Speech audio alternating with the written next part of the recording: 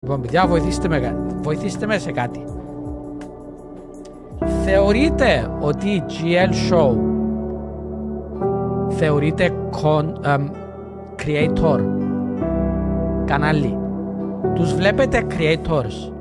Γιατί δυσκολεύομαι πολύ να τους δω σαν creators. Γιατί ας πούμε όταν νιώθω ότι είναι σαν όταν με πέρασαν τα ζουζούνια.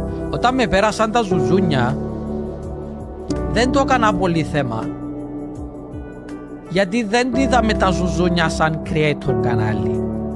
Αντιθέτως, όταν με πέρασε ο Μάνος,